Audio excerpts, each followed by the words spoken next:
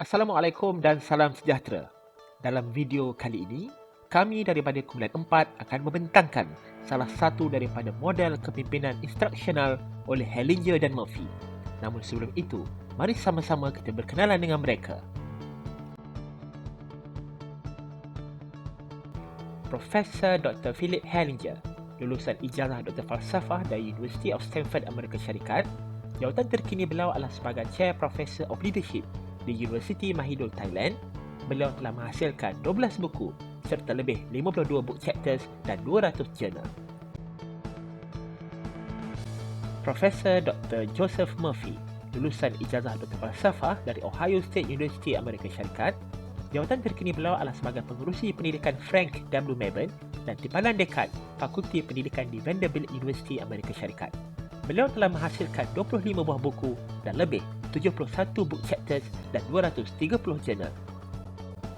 Model kepimpinan instruksional Hellinger and Murphy atau model 3 dimensi. Menurut Hellinger dan Murphy, kepimpinan instruksional dapat didefinisikan sebagai segala perlakuan yang dilaksanakan di sekolah oleh pengetua atau guru besar bagi memajukan sebarang proses pengajaran dan pembelajaran di sekolah. Mereka membangunkan model pengurusan pengajaran dengan mengkaji tingkah laku kepimpinan pengajaran pengetua sekolah rendah dan mengkaji literatur mengenai keberkesanan sekolah. Mereka telah mewujudkan rangka kerja pengurusan pengajaran dengan 3 dimensi dan 11 deskriptor fungsi. Dimensi yang pertama adalah mendefinisikan misi sekolah. Fungsi bagi dimensi ini ialah merangka matlamat sekolah dan menyampaikan matlamat sekolah. Dimensi yang kedua adalah mengurus program instruksional. Ini melibatkan menyelia dan menilai instruksional, menyelaras kurikulum dan memantau perkembangan pelajar. Dimensi yang ketiga pula adalah membentuk iklim sekolah yang positif. Fungsi bagi dimensi ini ialah melindungi masa instruksional, mempromosikan pembangunan profesional, mengekalkan visibiliti yang jelas, menguatkuasakan piawaian akademik, menyediakan insentif untuk guru dan memberi insentif kepada pelajar. Kesemua dimensi dan fungsi tersebut bertujuan memajukan dan menambah baik proses pengajaran dan pembelajaran di sekolah dan ianya tentu melibatkan guru, murid, ibu bapa, perancangan sekolah, pengurusan sekolah, kemudahan sumber dan budaya sekolah. Impak model. Dimensi pertama memberi impak menerusi tumpuan kepada keberhasilan murid secara menyeluruh.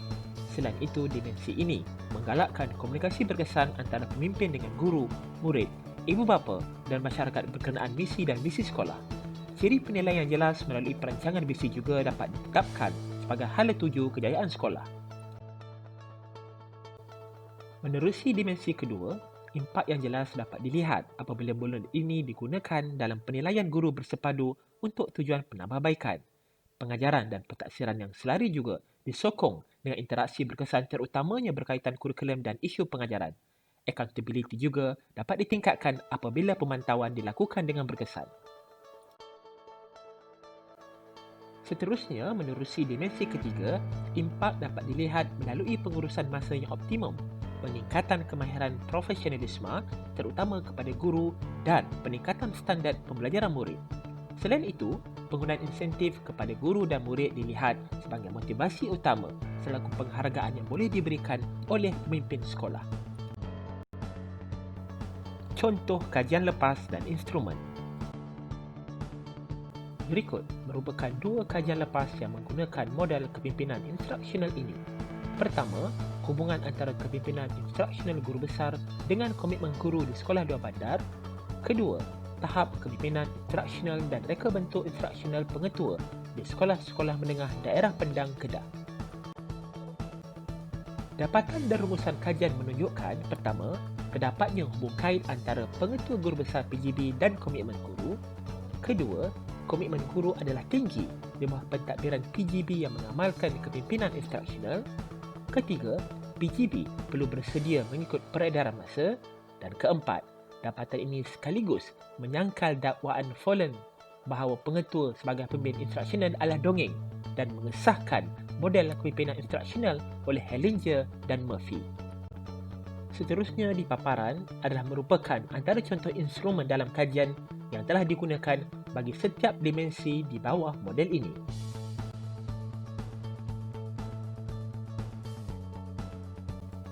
Kami sertakan juga dua abstrak kajian yang berkaitan dengan model seperti dibincangkan tadi.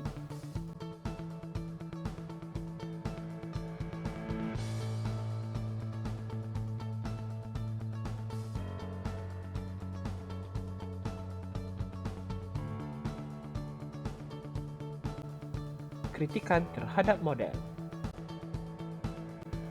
Antara kritikan terhadap teori ini adalah tugas yang ditekankan model dalam tiga dimensi tersebut tidak dapat menggambarkan konteks sebenar seorang PGB sebagaimana pemimpin di sekolah.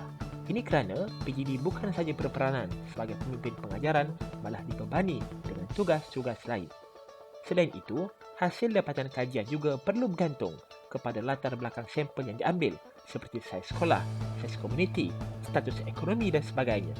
Seterusnya, instrumen soal selidik PIMRS juga tidak dapat mengukur kepimpinan pengetua atau guru besar dengan tepatnya memandangkan guru besar sendiri yang menilaikan kepimpinannya dalam sesetengah kajian.